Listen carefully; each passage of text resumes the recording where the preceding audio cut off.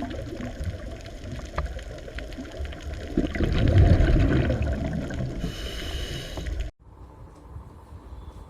આપણે biogas sewage treatment પ્લાન્ટની વાત આપણે કરતા હતા.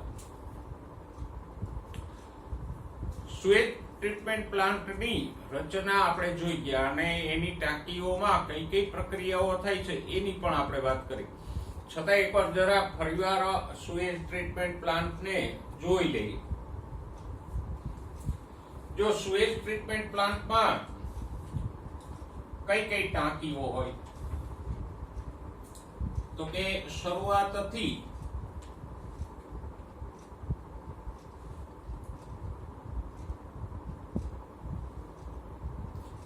આ જે પ્રથમ ટાંકી હોય એને આપણે કહીશું પ્રાથમિક અવસાદન ટાંકી. અવસાદન એટલે સેટલિંગ, પ્રાઇમરી સેટલિંગ ટેન્ક.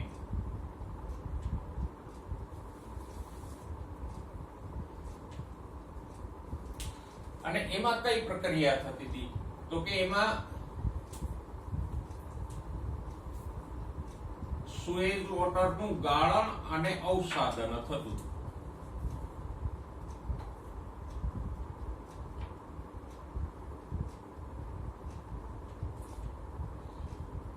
ગાળણ એટલે એને ગાળી લેવામાં આવે અને કોઈ મોટા ડાળીઓ વગેરે હોય તો એ અલગ તારવી લેવાય. અને અવસાદન એટલે તો કે બાકીનું જે સુએજ વોટર છે એને આમાં ભરી રાખવામાં આવે.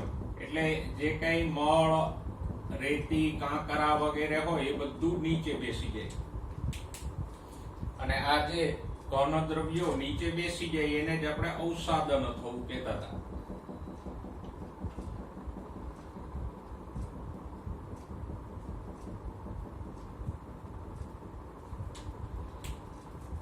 અને આ અવસાદનથી તળિયે જે ઘટ્ટ કાદવ જેવો પદાર્થ મળે એને આપણે કહેતા હતા પ્રાથમિક સ્લજ.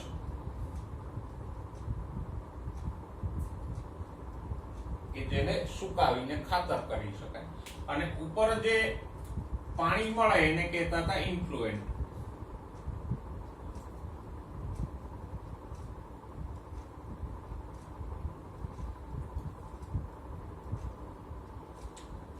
પછી આ સ્લજ ને અલગ કાઢી લેવાય. પહેલા ઇન્ફ્લુએન્ટ ને બીજી ટાંકીમાં લઈ જવામાં આવે.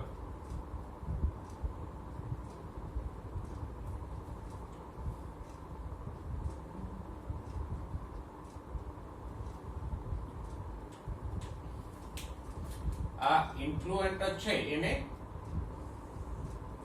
બીજી ટાંકીમાં પંપ કરી દેવામાં આવે. પહેલી ટાંકીમાં જે પ્રક્રિયા થાય એને આપણે પ્રાથમિક સારવાર કહેતા હતા. પછી બીજી ટાંકીમાં અને આગળ જે પ્રક્રિયા થાય એને દ્વિતીય સારવાર કે જૈવિક સારવાર કહેતા હતા. બીજી ટાંકીનું નામ શું છે તો કે બીજી ટાંકીનું નામ છે જારક ટાંકી.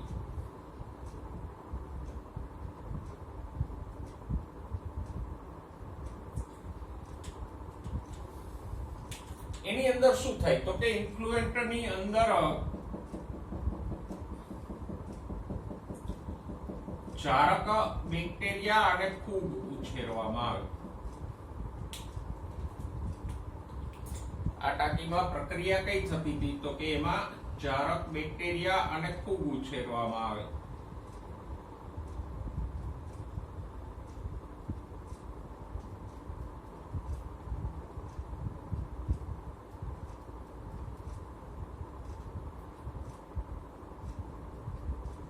અને આ બેક્ટેરિયા અને ફૂગ ઇન્ફ્લુએન્ટમાં રહેલા કાર્બનિક દ્રવ્યોનું વિઘટન કરી નાખે.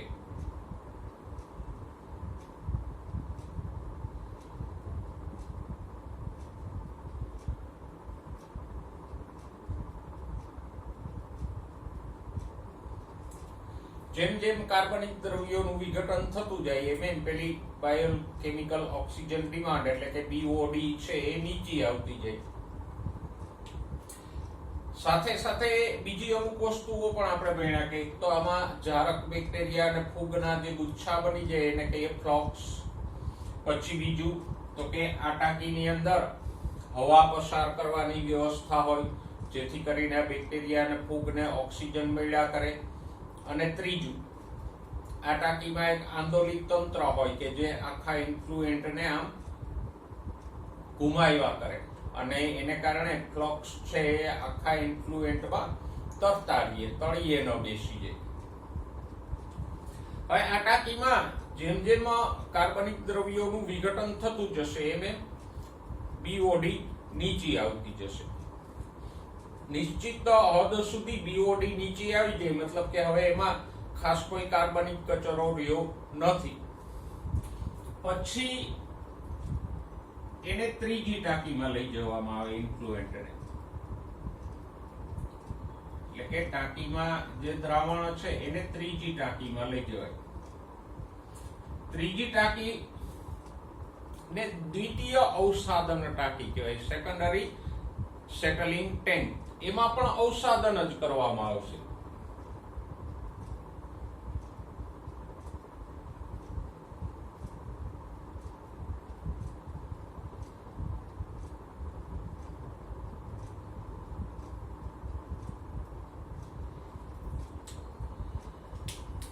હવે આમાં ઇન્ફ્લુએન્ટને ભરી રાખીએ એટલે શું થાય?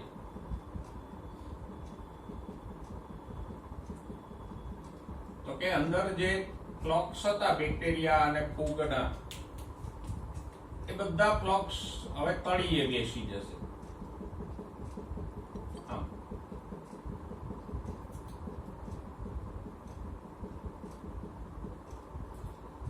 અને એને કારણે પણ આવો એક રગડો કે કાદવ જેવો પદાર્થ મળે, એને કહેશું ક્રિયાશીલ સ્લજ. કારણ કે એ જીવંત હોય ને, એમાં બેક્ટેરિયા અને ફૂગ હોય, એટલે ક્રિયાશીલ સ્લજ. હવે આ ક્રિયાશીલ સ્લજનો મોટો હિસ્સો છે એ સુકાવી અને આ સ્લજ સાથે જ ખાતર કરી નાખવામાં આવે. પણ ક્રિયાશીલ સ્લજમાંથી થોડોક હિસ્સો છે એ પાછો આ ટાંકીમાં ઉમેરવામાં આવે. એને શું કહેવાય? નિવેશ દ્રવ્ય, મેળવણ. જેમ આપણે દૂધમાં થોડુંક દહીં કે છાશ નાખીએ ને, અને એ દહીં કે છાશમાં રહેલા બેક્ટેરિયા નવા દૂધને દહીંમાં ફેરવી આપે, એમ અહીંયા પણ આ ફ્લોક્સનો થોડોક હિસ્સો છે પાછો બીજી ટાંકીમાં લઈ જાય. કારણ કે અહીંયા નવું ઇન્ફ્લુએન્ટ આવ્યું હશે ને, તો એ નવા ઇન્ફ્લુએન્ટમાં કાર્બનિક દ્રવ્યોનું વિઘટન કરવા માટે આમાંથી થોડોક હિસ્સો પાછો આ ટાંકીમાં ઉમેરાય. પછી એની વૃદ્ધિ થાય એટલે પાછી બીઓડી નીચે આવે. એટલે ક્રિયાશીલ સ્લજ એટલે શું? તો કે આ ઝારક બેક્ટેરિયા અને ફૂગનો જથ્થો જે તળિયે બેસી જાય એને ક્રિયાશીલ સ્લજ કહેવાય. એના બે ભાગો પડે. મોટા ભાગનો ક્રિયાશીલ સ્લજ છે એને સુકાવી નખાય અને ખાતર બની જાય. જ્યારે ક્રિયાશીલ સ્લજનો થોડોક હિસ્સો પાછો બીજી ટાંકીમાં નવા ઇન્ફ્લુએન્ટમાં ઉમેરે, એને કહેવાય નિવેશ દ્રવ્ય. તો અહીંયા શું થશે? તો કે ફ્લોક્સનું અવસાદન. આની અંદર કોઈ હવા પસાર કરતું તંત્ર કે આંદોલિત તંત્ર હોતું નથી.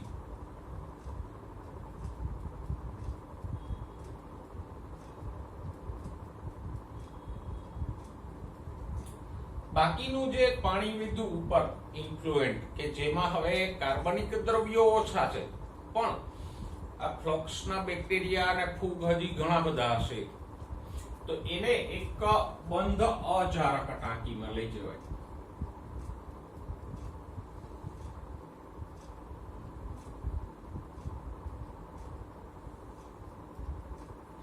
અને આ ચોથી ટાંકીનું નામ છે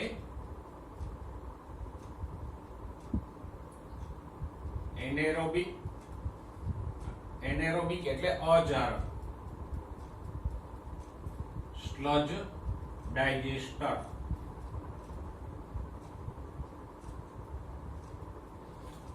ડાયજેસ્ટ એટલે આમ તો પાચન કરવું, પણ અહીંયા આપણે કહીશું વિઘટન કરવું. તો આની અંદર અજારક બેક્ટેરિયા હોય, મિથેનોજન્સ પ્રકારના, અને મિથેનોજન્સ પ્રકારના અજારક બેક્ટેરિયા ઇન્ફ્લુએન્ટમાં રહેલા જારક બેક્ટેરિયા અને ફૂગનું ડાયજેશન એટલે વિઘટન કરી નાખશે.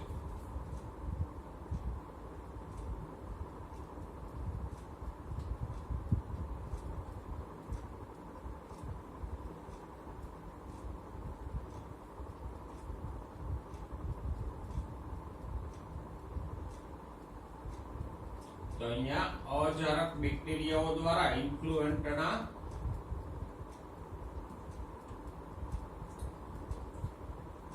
જારક બેક્ટેરિયા અને ફૂગનું વિઘટન થઈ જાય.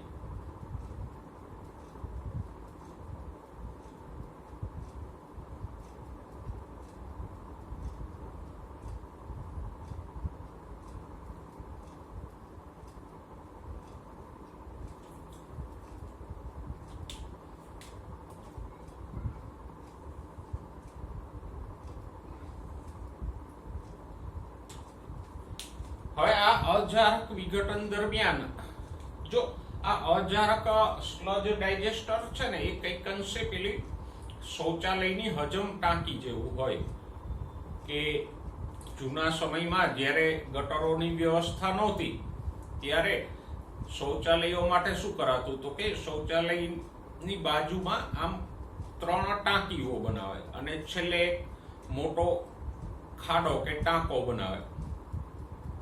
તો એ 3 ટાંકીઓ છે બંધ હોય અને એની અંદર અજારક બેક્ટેરિયા હોય જે મળનું વિઘટન કરી નાખે અને પછી એનું જે ઇન્ફ્લુએન્ટ હોય એ છેલ્લા મોટા ટાંકામાં જાય અને જમીનમાં શોષાઈ જાય. એટલે આ 3 ટાંકીઓમાં મળનું વિઘટન થઈ જાય અજારક બેક્ટેરિયાઓ દ્વારા. એટલે છેલ્લા ટાંકામાં લગભગ પાણી વધે અને આવું પાણી એક ખાડામાં જાય શોષ ખાડામાં તો ભૂગર્ભ જળને પ્રદૂષિત ના કરે. તો એ જે શૌચાલયો હતા એમાં પણ આવા અજારક સ્લજ ડાયજેસ્ટર હતા અને તમે કદાચ જોયું હોય તો એમાં પણ ઉપર એક નળી હોય. આ શૌચાલયોના ખાડામાં પણ ઉપર એક નળી હોય. કારણ તો કે આમાં અજારક બેક્ટેરિયાઓ દ્વારા વિઘટન થશે તો વાયુઓ ઉત્પન્ન થશે. કયા વાયુઓ તો કે એ વાયુઓમાં મિથેન હોય, H2S હાઇડ્રોજન સલ્ફાઇડ હોય અને કાર્બન ડાયોક્સાઇડ હોય. તો આમાંથી એક મિથેન હાઇડ્રોજન સલ્ફાઇડ અને CO2 યુક્ત મિશ્રણ નીકળે અને એમાં મુખ્યત્વે મિથેન છે એટલે એ જ્વલનશીલ છે અને એ બાયોગેસ તરીકે વાપરી શકાય.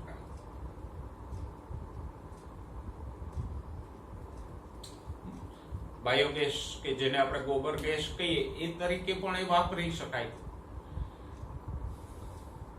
ઓકે, પછી હવે જે આ વધ્યું એમાં ખાસ કંઈ હશે નહીં. આ જે જારક બેક્ટેરિયા અને ફૂગ હતા એનું પણ અહીંયા અજારક પરિસ્થિતિમાં વિઘટન થઈ ગયું. તો હવે જે ઇન્ફ્લુએન્ટ વધ્યું એમાં મળનું વિઘટન થઈ ગયું છે, બેક્ટેરિયા અને ફૂગનું વિઘટન થઈ ગયું છે. એટલે એ ઇન્ફ્લુએન્ટ છે એ પ્રમાણમાં શુદ્ધ હોય, ભલે એને ઉપયોગમાં લઈ શકાય એવું ના હોય પણ છતાં એ ઘણા અંશે શુદ્ધ હોય. અને આવું ઇન્ફ્લુએન્ટ કે પાણી નદી કે જળાશયમાં છોડવામાં આવે તો એ નદી કે જળાશયોનું પ્રદૂષણ પ્રેરતું નથી. તો આમ તબક્કાવાર પહેલા મળનું વિઘટન કર્યું, પછી જારક ફૂગ અને બેક્ટેરિયાને અલગ કાઢી લીધા, પછી અજારક બેક્ટેરિયા અને અજારક બેક્ટેરિયા દ્વારા જારક બેક્ટેરિયા અને ફૂગનું વિઘટન કરી નાખ્યું.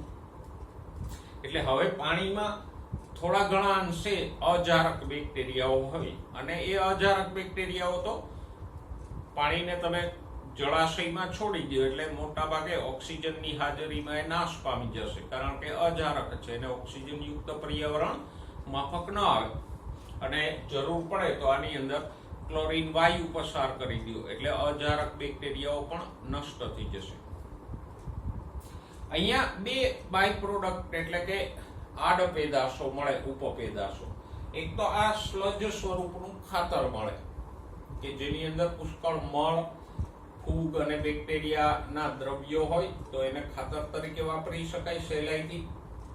બીજું આ બાયોગેસ મળે કે જેને ઉર્જા માટે કે પ્રકાશ માટે વાપરી શકાય. જેમ ગોબર ગેસ વાપરીએ એ જ રીતે. તો અહીંયા એક તો સુએજ વોટર શુદ્ધ થાય છે, સાથે સાથે તો કે ખાતર અને બાયોગેસ મળે છે. અને બીજું, આ પ્લાન્ટમાં એના બાંધકામ સિવાય કોઈ ખાસ મોટી ટેકનોલોજી જોઈતી નથી. એક તો પંપ જોઈએ કે જે એક ટાંકીમાંથી બીજી ટાંકીમાં ઇન્ફ્લુએન્ટને પંપ કર્યા કરે, અને એમાં પણ જો રચના એવી હોય તો એક ટાંકીમાંથી ઇન્ફ્લુએન્ટ છે આગળ બીજી ટાંકીમાં એની મેળે જતું રહે. ઓકે, બીજું આંદોલિત તંત્ર અને પેલું એરેટર એટલે હવા પસાર કરતું તંત્ર જોઈએ. એટલે એના સંચાલનમાં ખાસ કોઈ ખર્ચ આવતો નથી. સામે એ ખર્ચ પૂરતો બાયોગેસ અને ખાતર મળી રહી. અને સૌથી મોટો નફો તો કે જળાશયોનું પ્રદૂષણ થતું અટકે. તો આ આખું જે સુએજ ટ્રીટમેન્ટ પ્લાન્ટ છે એ આવી વિશાળ ટાંકીઓથી હોય. જુઓ, તમને પેજ નંબર 185 ઉપર આવા બાયોગેસ પ્લાન્ટનો એક એરિયલ વ્યૂ અવકાશી નજારાનો ફોટો આપ્યો છે. તો એમાં વિશાળ ટાંકીઓ જ છે, બીજું કઈ નથી દેખાતું.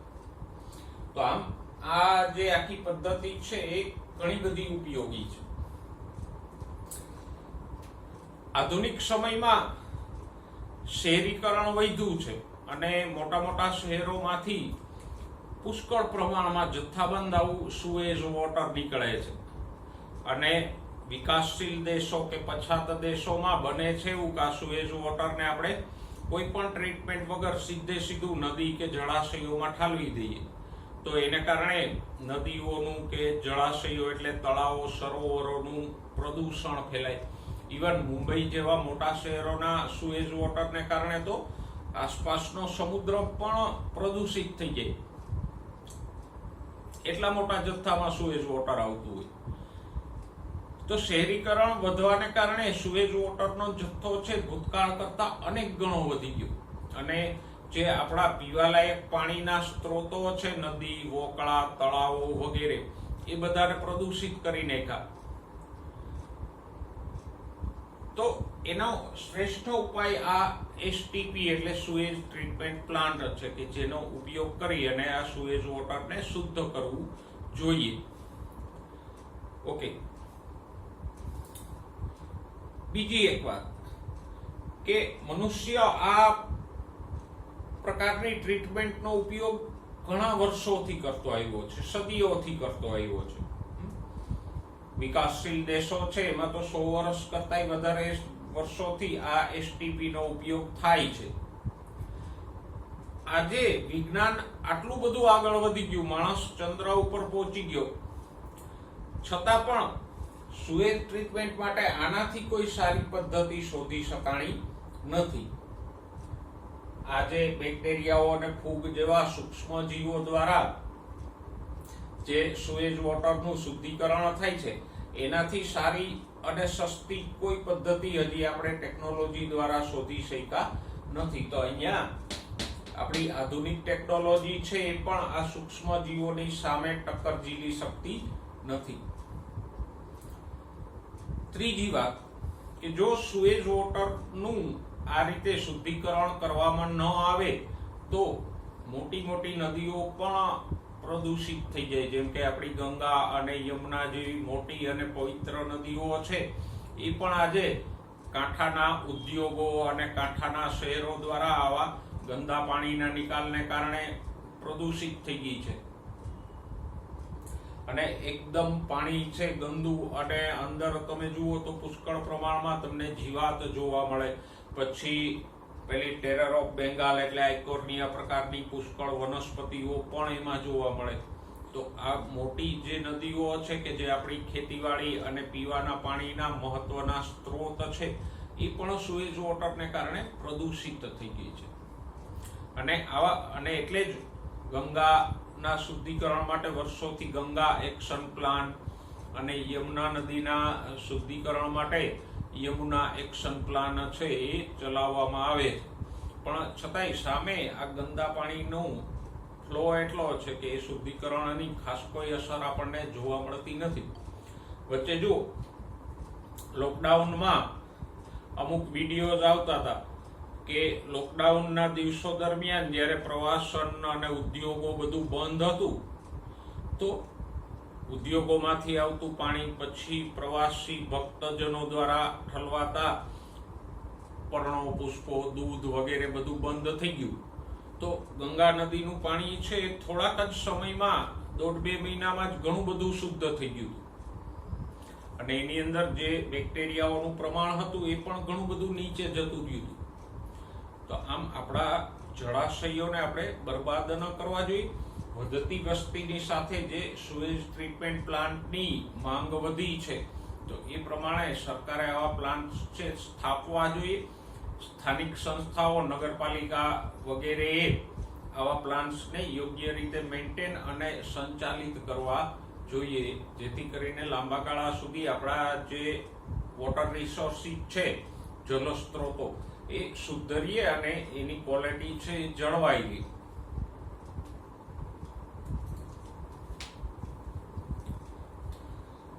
જો નેક્સ્ટ છે બાયોગેસના ઉત્પાદનમાં સૂક્ષ્મજીવ. પહેલા તો બાયોગેસ એટલે શું? તો કે બાયોગેસ એ વાયુઓનું મિશ્રણ છે. એની અંદર મુખ્ય વાયુ મિથેન હોય.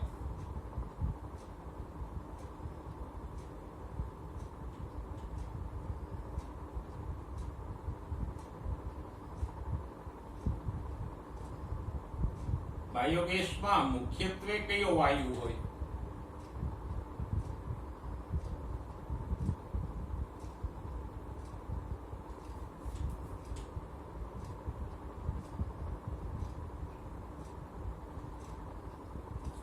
પણ મિથેન ઉપરાંત એની અંદર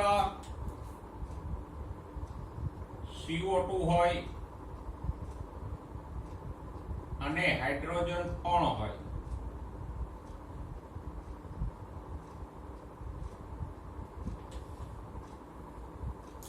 છતાંય મુખ્ય બાયોગેસમાં કયો હોય? મિથેન હોય. બાયોગેસ સામાન્ય રીતે મેળવાય છે માંથી? તો કે પશુઓના ગોબરમાંથી.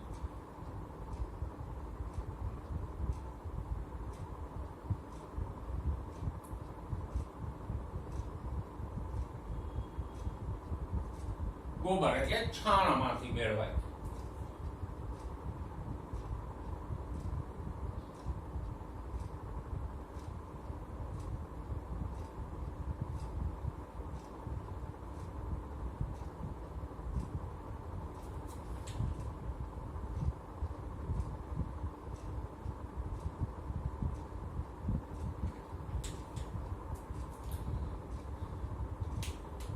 તો એમાં રો મટીરિયલ તરીકે પશુઓનો મળ છે એ આપણે નાખીએ અને પછી ટાંકી, આ બાયોગેસ પ્લાન્ટની ટાંકીમાં જે મિથેનોજન્સ પ્રકારના બેક્ટેરિયા હોય એ આ છાણમાંથી બાયોગેસ ઉત્પન્ન કરી આપે. પછી એ ગેસ છે આપણે રાંધવામાં કે પ્રકાશ માટે કે એમ વાપરી શકીએ.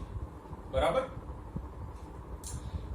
હવે જો સામાન્યત આથવણની ક્રિયાથી આ પણ એક પ્રકારનું આથવણ જ કહી શકાય. આથવણની ક્રિયાથી આપણને અલગ અલગ નીપજો મળે. પણ આથવણની ક્રિયામાંથી કઈ નીપજ મળશે એનો આધાર આથવણ કરનાર સૂક્ષ્મજીવ અને જે રો મટીરિયલ એટલે કે જે દ્રવ્ય વપરાય છે એના આધારિત છે. જેમ કે આપણે જોઈ ગયા કે ખીરા એટલે કે પેલું ઢોકળા કે ઇડલીનું ખીરું હોય, પછી ચીઝ બનાવવાની પ્રક્રિયા હોય, તો એમાં યીસ્ટ કે બેક્ટેરિયા દ્વારા આથવણના અંતે CO2 ઉત્પન્ન થાય.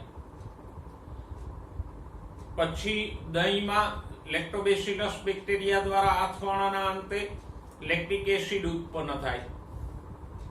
તો એમ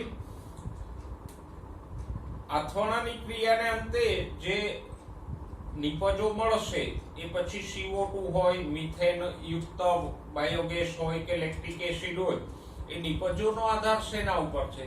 તો કે એમાં જે કાર્બનિક દ્રવ્ય એટલે કે જે પદાર્થ વપરાય છે, જેમ કે ખીરાની અંદર લોટ હોય, દહીં બનાવવાની પ્રક્રિયામાં કાર્બનિક દ્રવ્યો દૂધમાં હોય, બાયોગેસમાં મળ હોય, તો એ જે કાર્બનિક દ્રવ્યો વપરાય છે એના ઉપર હોય, પ્લસ એમાં જે સૂક્ષ્મ જીવો ભાગ લે છે એના ઉપર હોય, જેમ કે ખીરુમાં આથવણ ઈસ્ટ દ્વારા થાય, દૂધમાં આથવણની ક્રિયા લેક્ટોબેસિલસ બેક્ટેરિયા દ્વારા થાય, આમાં મિથેનોજન્સ બેક્ટેરિયા દ્વારા થાય.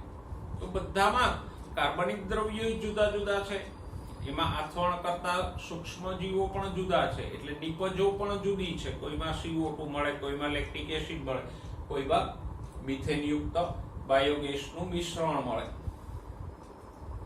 પણ આપણે અહીંયા પર્ટિક્યુલર આ મિથેનોજન્સની ચર્ચા કરવાની છે આ મુદ્દામાં. તો મિથેનોજન્સ છે એક પ્રકારના આર્કીબેક્ટેરિયા છે.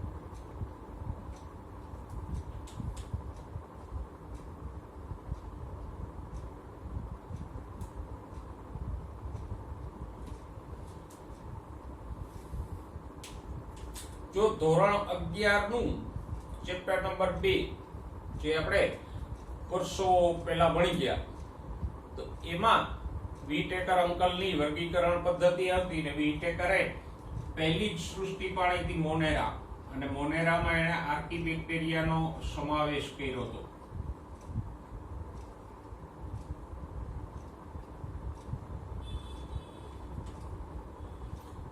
અને આર્કીબેક્ટેરિયાના અલગ અલગ પ્રકારો હતા, મિથેનોજન્સ, થર્મોએસિડોફિલ્સ, હેલોફિલ્સ. તો આર્કીબેક્ટેરિયાનો એક પ્રકાર છે મિથેનોજન્સ. તો આ મિથેનોજન્સ પ્રકારના બેક્ટેરિયા છે કાર્બનિક દ્રવ્યોમાંથી મિથેન ઉત્પન્ન કરે. હવે આ મિથેનોજન્સ પ્રકાર છે. બાયોગેસમાં કયા મિથેનોજન્સ હોય? તો કે મિથેનોબેક્ટેરિયમ.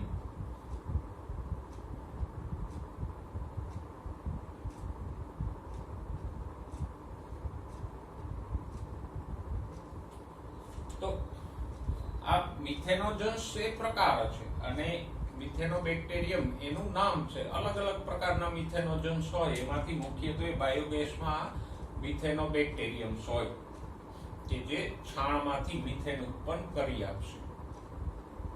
તો આ બેક્ટેરિયાઓથી તો આપણે પરિચિત છીએ, અને આ જ બેક્ટેરિયાઓ પેલી સુએજ ટ્રીટમેન્ટ પ્લાન્ટની અજારક ટાંકીમાં પણ હતા. આર્કીબેક્ટેરિયાઓ છે અજારક છે, તો એ જે સુએજ ટ્રીટમેન્ટ પ્લાન્ટની છેલ્લી અજારક સ્લજ ડાયજેસ્ટર નામની બંધ ટાંકી હતી, એમાં પણ આ મિથેનોબેક્ટેરિયમ જ હતા. એટલે એમાંથી પણ મિથેનયુક્ત બાયોગેસ ઉત્પન્ન થતો હતો ને. પણ અહીંયા મિથેનોબેક્ટેરિયમ ક્યાં હોય? તો કે ઢોરના પ્રથમ આમાશયમાં. ઢોર, પશુ, ગાય, ભેંસ વગેરેના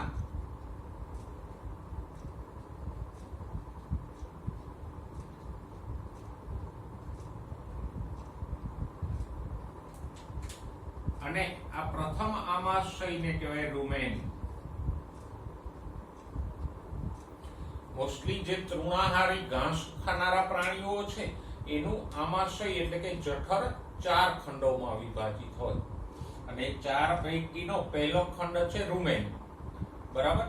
તો એના આ આમાશય એટલે કે રૂમેન અથવા તો જઠરના પ્રથમ ખંડની અંદર આ મિથેનોબેક્ટેરિયમ હોય. હવે સામાન્યતઃ તો આ મિથેનોબેક્ટેરિયમ છે પ્રાણીને સેલ્યુલોઝ પચાવવામાં મદદરૂપ થાય. કારણ કે તૃણાહારી પ્રાણીઓ છે જે ઘાસ ખાય છે કે પાંદડા ખાય છે, તો ઘાસ કે પાંદડામાં મુખ્ય પદાર્થ કયો હોય? સેલ્યુલોઝ જ હોય. સેલ્યુલોઝ છે પણ સ્ટાર્ચની જેમ ગ્લુકોઝનો જ બનેલો છે, પણ એના ખોરાકમાં મુખ્ય સેલ્યુલોઝ છે. હવે જો એ સેલ્યુલોઝને ન પચાવે તો શું થાય? એને ખોરાકમાંથી ખાસ કોઈ પોષક દ્રવ્યો મળે જ નહીં. એટલે પણ પ્રાણી પોતે આ સેલ્યુલોઝ પચાવી શકતું નથી. આ જે મિથેનોબેક્ટેરિયમ છે એને સેલ્યુલોઝના પાચનમાં ઉપયોગી થાય. મનુષ્ય એટલે જ સેલ્યુલોઝ નથી પચાવી શકતો, કારણ કે એક તો મનુષ્યમાં આ બેક્ટેરિયા પણ નથી હોતા અને પેલા અંધાંતરની અંદર પણ સહજીવી બેક્ટેરિયા નથી હોતા. ઘાસ ખાનારા પ્રાણીઓમાં આ મિથેનોબેક્ટેરિયમ અને અંધાંતરમાં આવેલા સહજીવી બેક્ટેરિયાઓ છે એ સેલ્યુલોઝનું પાચન કરી શકે, પણ મનુષ્યમાં આમાંના એકેય બેક્ટેરિયા નથી હોતા, એટલે મનુષ્ય સેલ્યુલોઝ પચાવી શકતો નથી.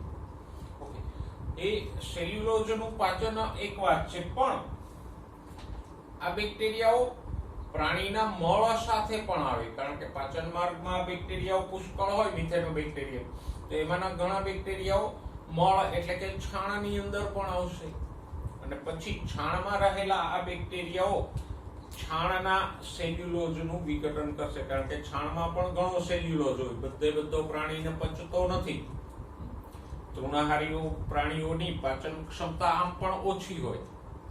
સામાન્ય હાથી છે જે કંઈ ખોરાક લે છે એમાંથી 40% જે પચાવે, 60% તો પોષક દ્રવ્યો એમને મળ સ્વરૂપે કાઢી નાખે. તો છાણની અંદર આ બેક્ટેરિયાઓ પણ હોય, મિથેનોજન્સ અને સેલ્યુલોઝ પણ પુષ્કળ હોય. તો પછી છાણમાંથી આ બેક્ટેરિયાઓ બાયોગેસ પ્લાન્ટની અંદર મિથેન ઉત્પન્ન કરી આપશે ને એ મિથેન યુક્ત વાયુઓના મિશ્રણને આપણે બાયોગેસ તરીકે વાપરી શકીએ. હવે બાયોગેસ પ્લાન્ટની રચનાની વાત કરી કે આ બાયોગેસ પ્લાન્ટની રચના કેવી હોય, તો કે બાયોગેસ પ્લાન્ટની રચના સીધી સાદી છે. એમાં આપણે કંઈ કરવાનું છે નહીં, આપણે તો ફક્ત આ મિથેનોજન્સને એક અજારક પર્યાવરણ પૂરું પાડવાનું છે, જેની અંદર એ છાણમાં રહી અને બાયોગેસ ઉત્પન્ન કરી આવે. તો જો બાયોગેસ પ્લાન્ટની રચના કેવી હોય, તો કે એમાં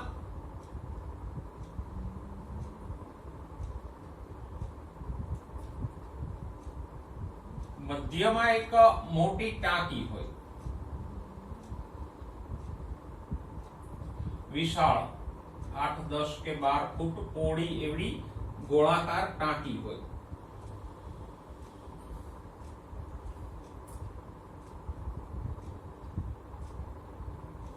એને કહેવાય પાચન ટાંકો અથવા હજમ ટાંકો.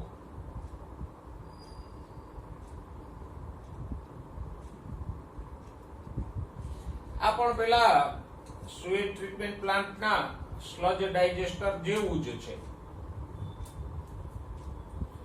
એની ઉપર એક તરતું આચ્છાદન હોય, એટલે કે આવું એક તરતું ઢાંકણ હોય, ગેસ હોલ્ડર, કે જેની અંદર ગેસ ભરાય, જે બાયોગેસ ઉત્પન્ન થાય એની અંદર જમા થાય.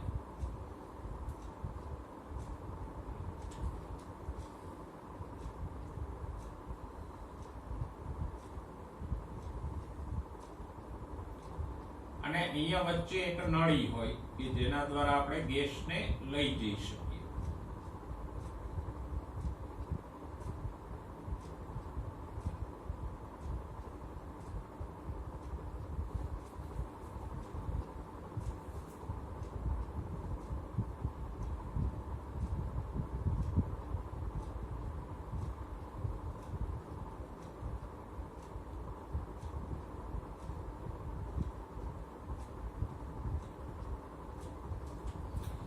તો આવી એક સરળ રચના હોય કે જેની અંદર મિથેન, CO2 અને હાઇડ્રોજન યુક્ત વાયુ ભરાય. ઓકે, હવે આમાં ફક્ત બે જ વસ્તુ ઉમેરવાની છે. એક બાજુએથી જે ગોબર હોય એ ઉમેરવાનું અને બીજી બાજુ એનો નિકાલ. તો આ મોટા ટાંકાની એક સાઈડે એક નાની ટાંકી હોય.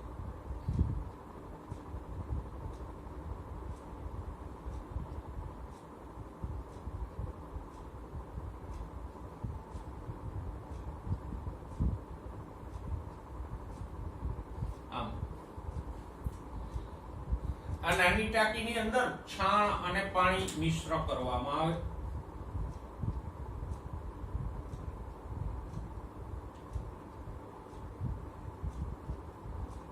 છાણને પાણી ઉમેરીને એટલે ઉમેરાય ખાસ તો કે પાછું એ નિકાલ સહેલાઈથી થાય. એમને ઘન જે અર્ધ ઘન સ્વરૂપનું હોય એવું છાણ નાખી દે તો એ અંદર સુકાઈ જાય, આ નળીઓમાં જામી જાય.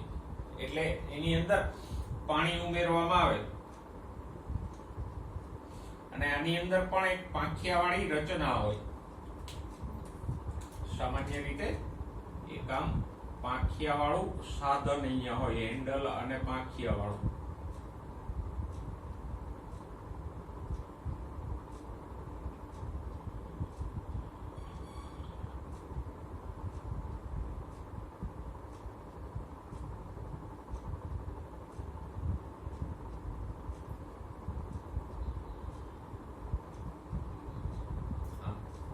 એટલે અંદર છાણ અને પાણી નાખી એને હલાવો અને પછી અહીંયા એક ઢાંકણ હોય એને ખેંચી લ્યો એટલે બધું છાણ અંદર જશે.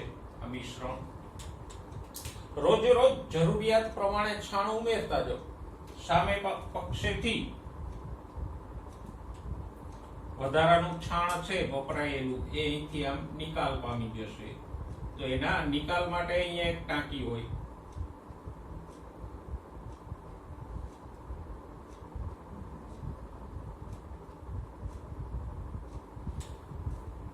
અને એમાં જે છાણ નીકળે એને કહેશું સ્લજ, રગડો, કે જેને સુકાવીને ખાતર કરી શકાય. તો આમ બાયોગેસ પ્લાન્ટમાં અહીંથી છાણ અને પાણીનું મિશ્રણ ઉમેરાય. છાણમાં ઓલરેડી મિથેનોબેક્ટેરિયમ્સ હોય જ એટલે આપણે કંઈ કરવાનું રહેતું નથી. આ પાચન ટાંકાની અંદર એ બેક્ટેરિયાઓ છે છાણના સેલ્યુલોઝમાંથી મિથેન, CO2 અને હાઇડ્રોજન યુક્ત બાયોગેસ ઉત્પન્ન કરે અને એ બાયોગેસને આપણે રાંધવા માટે ઉપયોગમાં લઈ શકીએ અને પ્રકાશ માટે પણ ઉપયોગમાં લઈ શકીએ. અને રોજે અહીંથી નવું છાણ ઉમેરતા જઈએ તો વધારાનું છાણ છે આ સ્લજ ટાંકીની અંદર નિકાલ પામતું જાય. બાયોગેસ પ્લાન્ટની આકૃતિ દોરવાનું તમને પૂછે તો છે તો એમાં 3 ટાંકીઓ જ, પણ ધ્યાન રાખજો આ ટાંકીઓનો પાઇપ છે આમ નીચે જાય છે કારણ કે એમાંથી આપણે એડ કરવાનું. ત્યારે આ ટાંકીનો પાઇપ ક્યાં છે? અહીંયા ઉપરથી આમ જાય છે. આ પાઇપ આમ ઊંધો ન હોઈ શકે તો છાણ બહાર ન નીકળે. એટલે અહીંયા સુધી આ સપાટી સુધી છાણ ભરેલું હોય એમ આટલે સુધી. એટલે વધારાનું છે અહીંથી આમ નીકળતું જાય. એટલે આ જે નળીઓ છે એ દોરવામાં થોડુંક ધ્યાન રાખજો. બાકી બાયોગેસ પ્લાન્ટની રચના એકદમ સરળ અને સહેલી છે. સામાન્ય રીતે બાયોગેસ પ્લાન્ટ છે ગ્રામ્ય વિસ્તારોમાં વધારે વપરાય કે જ્યાં એક તો પ્લાન્ટ બાંધવા માટે જગ્યાઓ જોઈએ, બરાબર? તો એ જગ્યા ગ્રામ્ય વિસ્તારોમાં સહેલાઈથી મળી રહે, પ્લસ ઢોર ઢાંકર હોય એટલે છાણ પણ સહેલાઈથી મળી રહે. શહેરી વિસ્તારોમાં બાયોગેસનો ઉપયોગ છે એ ઓછો થાય. ઓછો એટલે થાય કે એક તો ત્યાં છાણ ઉપલબ્ધ ના હોય, પ્લસ જગ્યા પણ પ્લાન્ટ બાંધવા માટેની ઉપલબ્ધ ના હોય. હવે તો જો કે ગ્રામ્ય વિસ્તારોમાં પણ બાયોગેસ પ્લાન્ટ છે જૂજ બચ્યા છે. એટલા માટે કે લગભગ આપણે તો અહીંયા ગ્રામ્ય વિસ્તારોમાં પણ એલપીજી ની સુવિધા થઈ ગઈ છે. સરકાર ઉજ્જવલા જેવી યોજનાઓ દ્વારા ગરીબોને પણ ઓછા ભાવે એલપીજી ઉપલબ્ધ કરાવે છે. એટલે આવા બાયોગેસ પ્લાન્ટની આવશ્યકતાઓ હવે ઘણી ઓછી થઈ ગઈ. પણ વર્ષો પહેલા જ્યારે એલપીજી બધે અવેલેબલ નહોતો ત્યારે ગામડામાં એક ઉર્જાનો સાફ સુથરો અને સ્વચ્છ સ્ત્રોત હતો કે જ્યાં લાકડા કે છાણા બાળવાને બદલે રાંધવા માટે વધારે સાફ સુથરો ધુમાડા વગરનો કે પ્રદૂષણ વગરનો બાયોગેસ આનાથી પ્રાપ્ય થતો. જે તે સમયે બાયોગેસ ટેકનોલોજી કોણે વિકસાવી એટલે કે આ બાયોગેસ પ્લાન્ટની ડિઝાઇન અને વિકાસ કોણે કર્યો? તો કે 2 સંસ્થાઓ છે. એક તો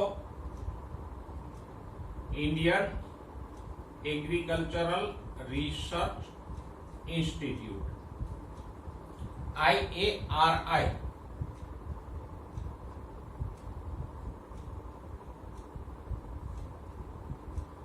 ઇન્ડિયન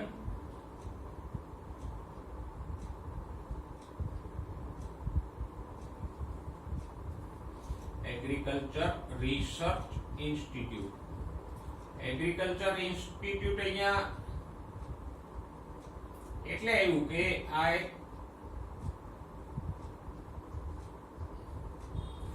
ખેડૂતોને સંબંધિત પ્લાન્ટ છે ને, ખેડૂતો સાથે પશુપાલકો સાથે સંબંધ ધરાવતો છે એટલે IARI એમાં આવ્યું. અને બીજું છે ખાદી અને ગ્રામોદ્યોગ વિકાસ કમિશન.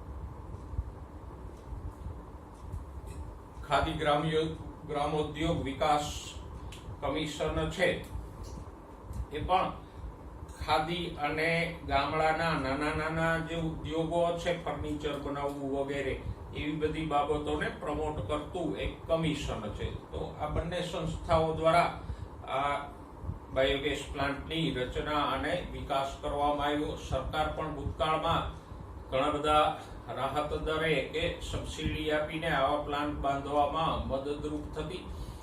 સરકાર તરફથી કે આ સંસ્થાઓ તરફથી જ એના લોકો કે એન્જિનિયરો આવતા કે જે તમારી જગ્યા ઉપર આ પ્લાન્ટ બાંધી દે, એને ચાલુ કરાવી દે. અને એમાંના ઘણા બધા પૈસા છે એ પણ સરકાર સહાય સ્વરૂપે પૂરા પાડતી. પણ હાલમાં મેં કીધું એમ LPGની અવેલેબિલિટી બધે જ થઈ ગઈ છે એટલે બાયોગેસ પ્લાન્ટનું ખાસ મહત્વ નથી રહ્યું. પણ સૂક્ષ્મ જીવો દ્વારા ઉત્પન્ન થતી ઉર્જાનો આ મહત્વનો નમૂનો છે કે એમાંથી આપણે ઘણી બધી ઉર્જા પણ મેળવી શકીએ. તો આજે આપણે બાયોગેસ પ્લાન્ટની રચના ભણ્યા, એની કાર્ય પદ્ધતિ ભણ્યા. થિયરીમાં તમને બાયોગેસ પ્લાન્ટની રચના આકૃતિ સાથે પૂછી લે તો આકૃતિની બાજુમાં જે વર્ણન છે એ તમારે લખવાનું રહે અને આકૃતિ દોરવાની રહે.